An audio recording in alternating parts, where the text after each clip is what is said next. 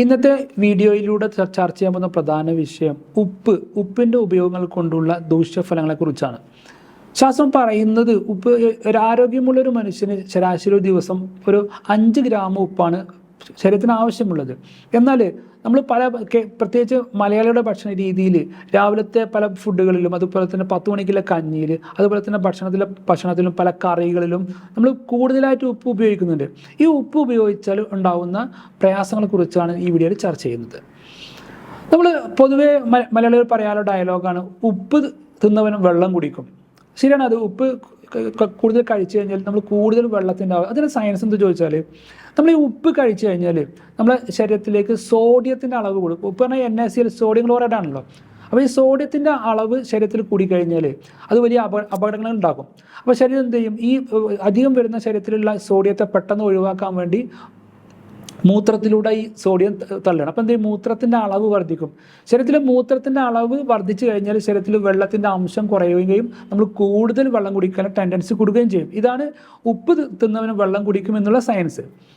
അതുപോലെ തന്നെ ഈ ഉപ്പ് കഴിച്ചാൽ പ്രശ്നം നമ്മുടെ ബ്ലഡ് പ്രഷർ, രക്തത്തിൻ്റെ പ്രഷർ വല്ലാതെ വർദ്ധിക്കും. അതുപോലെ തന്നെ അത് സ്ട്രോക്കിന് കാരണമായി കാണുന്നുണ്ട്. ഇന്ന് നമ്മുടെ കൂടുതൽ ആളുകൾക്കുള്ള അസുഖമാണ് പ്രഷർ. അതുപോലെ തന്നെ പല ആളുകൾക്കും ഈ സ്ട്രോക്ക് വന്നിട്ട് പല അസ്വസ്ഥത കാണിക്കുന്ന ആളുകളുണ്ട്. ഇതിനൊക്കെ പ്രധാന കാരണമായി പറയുന്നത് അധികമായിട്ടുള്ള ഈ ഉപ്പിൻ്റെ ഉപയോഗം തന്നെ ആണ്.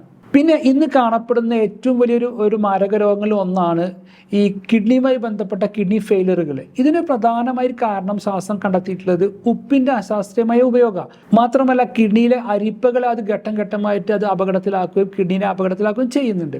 അതുപോലെ തന്നെ മൂത്രക്കല്ല് ഒരു അസുഖമാണ്. മൂത്രക്കല്ല് ഇന്ന് കൂടുതലായി കാണപ്പെടുന്നുണ്ട്. ഇതിന് പ്രധാന കാരണം ഉപ്പിൻ്റെ അശാസ്ത്രീയമായിട്ടുള്ള അധികമായിട്ടുള്ള ഉപയോഗം തന്നെ ആണ്. പിന്നെ വരാവുന്നൊരു പ്രശ്നമാണ് നമ്മുടെ ആമാശയത്തെ ഇത് വല്ലാതെ ബാധിക്കുന്നത്. ആമാശയത്തിന് ഉള്ളിൽ പല ലെയറുകളുണ്ട്. ഈ ലെയർ ഉപ്പിൻ്റെ അമിതമായ ഉപയോഗം കൊണ്ട് ഈ ലെയർ നശിക്കാനും അതുപോലെ തന്നെ നമ്മുടെ ഈ ഭക്ഷണത്തിൻ്റെ ദഹന പ്രക്രിയ തന്നെ ഘട്ടം ഘട്ടമായി ഉപ്പിൻ്റെ അമിതമായിട്ടുള്ള ഉപയോഗം ബാധിക്കുന്നുണ്ട്.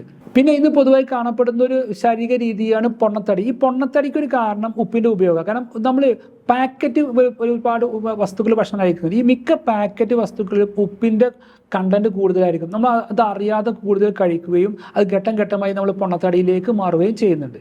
പിന്നുള്ളതാണ് ഉപ്പ് കൂടുതൽ കഴിച്ചു കഴിഞ്ഞാൽ നമ്മുടെ ശരീരത്തിൻ്റെ സ്കിന്നിൻ്റെ ഡ്രൈ ആയി വരും. കാരണം ശരീരത്തിൽ വെള്ളത്തിൻ്റെ ഷോർട്ടേജ് വരികയും ഈ നമ്മുടെ സ്കിന്നിൻ്റെ പ്രത്യേകത, സ്കിന്ന് കൃത്യമായിട്ട് ചൂടായി കഴിഞ്ഞാൽ കൃത്യമായിട്ട് വയർപ്പ് ഗ്രന്ഥികൾ വർക്ക് ചെയ്യേണ്ടതുണ്ട്. അപ്പോൾ കൂടുതലായിട്ട് ഉപ്പ് കഴിച്ചു കഴിഞ്ഞാൽ ശരീരത്തിൽ വെള്ളത്തിൻ്റെ അംശം കുറയുകയും നമ്മുടെ സ്കിന്ന് ഡ്രൈ ആയി വരാനും നമ്മൾ ഘട്ടം ഘട്ടമായിട്ട് നമ്മൾ പ്രായം തോന്നിക്കുന്ന രീതിയിലേക്ക് നമ്മുടെ ശരീരത്തിലെ സ്കിന്നുകൾ ചുളിവ് വരാനും സാധ്യത കൂടുതലാണ്. അപ്പോൾ നമുക്ക് എന്ത് ചെയ്യാം? ഉപ്പ് പാകത്തിന് കഴിക്കുക. അപ്പോൾ കൂടുതലായിട്ട് ഭക്ഷണത്തിൽ അത് ഉപയോഗിക്കാതെ വീട്ടിലും തന്നെ അമ്മമാരൊക്കെ അതിന് ഉപയോഗം ഒന്ന് ക്രമപ്പെടുത്തുന്നത് നന്നായിരിക്കും. അതുപോലെ തന്നെ നമ്മളെ ബാധിക്കുന്ന ഒരു പ്രശ്നമാണ് ഇത് നമ്മുടെ ഇമ്മ്യൂൺ സിസ്റ്റത്തെ, നമ്മളെ ശരീരത്തിൻ്റെ പ്രതിരോധ സംവിധാനത്തെ ഉപ്പ് വളരെയധികം ബാധിക്കുന്നുണ്ട്. നമുക്കറിയാം നമ്മുടെ ശരീരത്തിൽ പ്രതിരോധ സംവിധാനമുണ്ട്, പ്രതിരോധ അണുക്കളുണ്ട്. ഈ പ്രതിരോധ അണുക്കളുണ്ടെങ്കിൽ മാത്രമേ ഉള്ളൂ പുറത്തുനിന്നുള്ള രോഗമുള്ള അണുക്കൾ നമ്മുടെ ശരീരത്തിൽ വന്നു കഴിഞ്ഞാൽ അവരെ തുരത്താൻ പറ്റുള്ളൂ. അപ്പോൾ നമ്മൾ കൂടുതലായിട്ട് ഉപ്പ് കഴിച്ചു കഴിഞ്ഞാൽ ഈ പ്രതിരോധ സംവിധാനത്തെ നശിപ്പിക്കുന്നുണ്ട്. പിന്നെ ഉപ്പിൻ്റെ ഉപയോഗങ്ങൾ കൊണ്ട് ശരീരത്തിനുണ്ടാകുന്ന വലിയ പ്രയാസമാണ് ലിവറുമായി ബന്ധപ്പെട്ട രോഗങ്ങൾ. നമ്മുടെ നാടുകളിൽ നിന്ന് ഒരുപാട് ആളുകൾ ലിവർ സിറോസിസ്, അതുപോലെ ലിവറിന് ഒരുപാട് ഡാമേജ് വരുന്ന അസുഖങ്ങൾ വരുന്നുണ്ട്.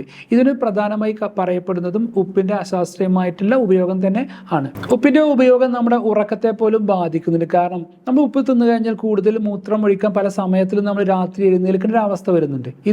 ഇത് നമ്മളെ നല്ല ഡീപ്പായിട്ടുള്ള നമ്മളെ കംഫർട്ടുള്ള ഉറക്കത്തെ അത് ബാധിക്കുന്നുണ്ട്.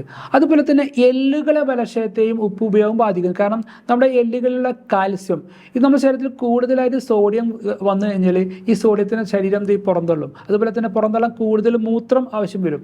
ഈ കൂടുതൽ നമ്മൾ മൂത്രം ഒഴിക്കുന്നതിലൂടെ നമ്മുടെ ശരീരത്തിലുള്ള കാൽസ്യത്തിൻ്റെ അളവിനെ അത് ഘട്ടം ഘട്ടമായി മൂത്രത്തിലൂടെ പുറന്തള്ളുന്നുണ്ട്. അപ്പം ഉപ്പ് കഴിച്ചാൽ നമ്മുടെ ശരീരത്തിലെ കാൽസ്യത്തിൻ്റെ അളവ് കുറയുകയും നമ്മുടെ എല്ലുകളുടെ ബലക്ഷയത്തെ അത് ബാധിക്കുന്നുണ്ട്. അതുപോലെ തന്നെ ഇന്ന് നമ്മുടെ നാടുകളിൽ കൂടുതൽ കാണപ്പെടുന്ന ഒരു രോഗമാണ് പ്രമേഹം. ഈ പ്രമേഹ രോഗികളും തന്നെ കൂടുതലായിട്ട് ഉപ്പ് ഉപയോഗിച്ച് കഴിഞ്ഞാൽ ശരീരത്തിലെ പഞ്ചസാരയുടെ അളവിനെ നിയന്ത്രിക്കുന്ന സംവിധാനത്തെ ഉപ്പിൻ്റെ ഉപയോഗം തകിടം മറിക്കുന്നുണ്ട്. അപ്പോൾ ചുരുക്കി പറയുകയാണെങ്കിൽ ഉപ്പ് ശരീരത്തിന് ആവശ്യമാണ്. അതായത് നല്ല ആരോഗ്യമുള്ള ഒരു മനുഷ്യന് ഒരു ദിവസം 5 ഗ്രാം ഉപ്പാണ് ആവശ്യമുള്ളത്. പക്ഷേ നമ്മളെ മലയാളിയുടെ ഭക്ഷണ രീതിയിൽ മിക്ക ഭക്ഷണത്തിലും നമ്മൾ ഉപ്പിടാണ്. ഉപ്പിൻ്റെ അംശം കൂടുതൽ വരിക. അപ്പോൾ ഈ ഉപ്പിനെ നിയന്ത്രിച്ചുകൊണ്ട് ഭക്ഷണം കഴിക്കേണ്ടത് അത്യാവശ്യമാണ്. അല്ലെങ്കിൽ ഘട്ടം ഘട്ടമായി മലയാളികൾ പല തരത്തിലുള്ള രോഗങ്ങളിലേക്ക് വരാൻ സാധ്യത കൂടുതലാണ്.